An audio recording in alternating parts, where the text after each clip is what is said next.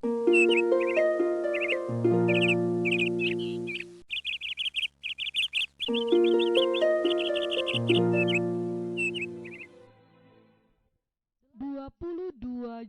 2020. Anda sedang mengikuti renungan pagi pulang ke rumah oleh Ellen G. White, di mana setiap pagi sepanjang 1 tahun mengajak Anda untuk mempersiapkan diri yang terbaik akan saat kedatangan Tuhan Yesus yang kedua kali sudah dekat, di mana perselisihan, sakit penyakit, penderitaan, kesedihan, air mata akan berakhir. Berbahagialah hamba-hamba yang ketika Tuhan mereka datang akan ditemukan terjaga-jaga.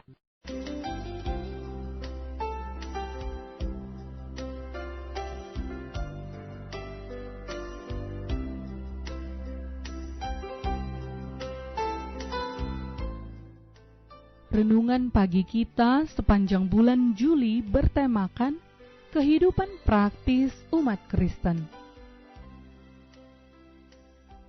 Judul renungan pagi kita hari ini adalah Teladan dari Yohanes Pembaptis. Ayat renungan Lukas 1 ayat 15, beginilah firman Tuhan. Sebab ia akan besar di hadapan Tuhan, dan ia tidak akan minum anggur atau minuman keras, dan ia akan penuh dengan Roh Kudus mulai dari rahim ibunya. Sebagai seorang nabi, Yohanes harus membuat hati bapa-bapa berbalik kepada anak-anaknya, dan hati orang-orang durhaka kepada pikiran orang-orang benar, dan dengan demikian menyiapkan bagi Tuhan suatu umat yang layak baginya. Dalam mempersiapkan jalan bagi kedatangan Kristus yang pertama kalinya, ia mengibaratkan orang-orang yang akan mempersiapkan suatu umat bagi kedatangan Tuhan kita yang kedua kalinya. Dunia sudah terjerumus ke dalam jurang pemanjaan diri. Kesalahan dan cerita dongeng berlimpah-limpah. Jerat-jerat setan guna memusnahkan jiwa-jiwa dilipat gandakan. Semua orang yang mau menyempurnakan kesucian dalam takut akan Allah wajib memahami pelajaran pertarakan dan pengendalian diri. Selera dan segala nafsu wajib ditundukkan ke bawah kuasa pikiran yang lebih tinggi. Pengendalian diri ini sangat penting bagi tenaga pikiran dan pengertian rohani yang akan menyanggupkan kita untuk mengerti dan untuk mempraktekkan kebenaran-kebenaran firman Allah yang suci. Oleh sebab ini, pertarakan mendapat tempatnya dalam pekerjaan persiapan bagi kedatangan Kristus yang kedua kali.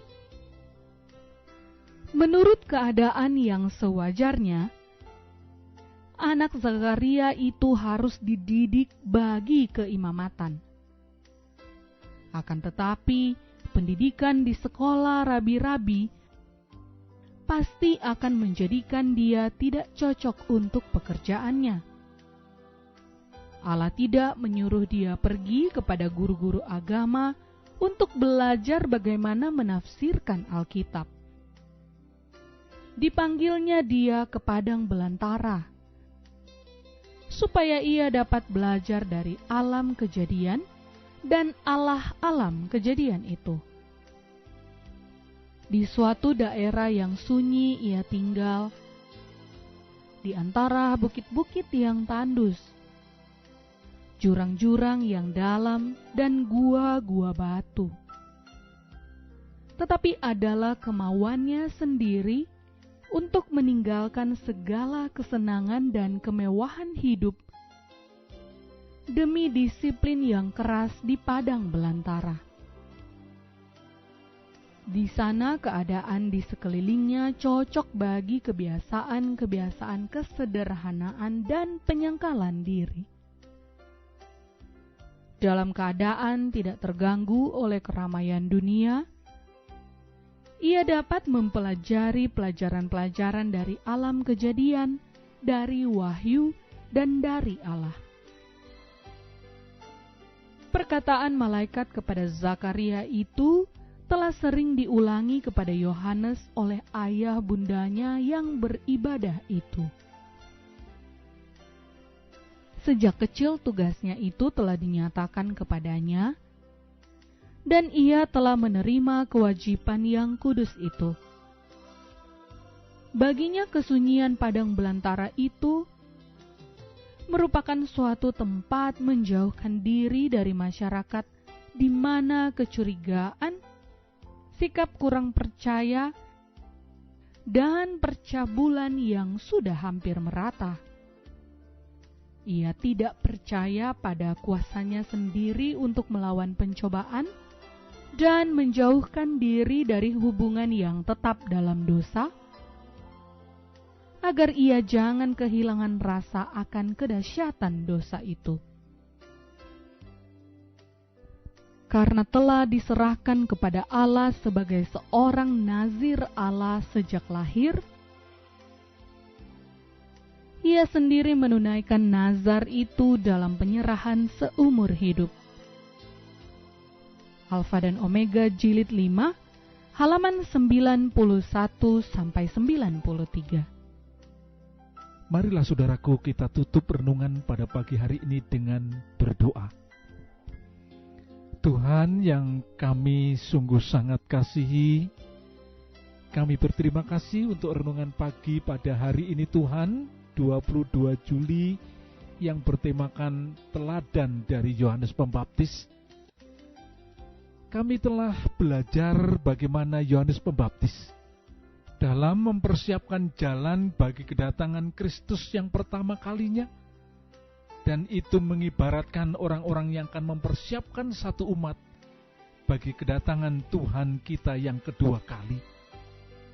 Terima kasih Tuhan, kami tidak lama lagi akan menyambut kedatangan-Mu yang kedua kali, dan untuk itu tolonglah kami agar hidup kami seperti Yohanes Pembaptis, menyerahkan seumur hidup kami di dalam tangan pemeliharaan-Mu. Dan kami yakin di dalam pemeliharaan-Mu, di dalam tuntunan-Mu, kami boleh menjadi umat Tuhan yang selalu diperbarui, menjadi umat Tuhan yang selalu berserah kepadamu, dan menjadi berkat bagi pekerjaan Tuhan dan sesama manusia. Terima kasih. Di dalam nama Yesus kami mengucap syukur. Amin. Demikianlah renungan pagi kita hari ini. Nantikanlah renungan pagi besok dengan judul Komitmen Orang Tua. Salam sehat, salam sejahtera, Tuhan memberkati.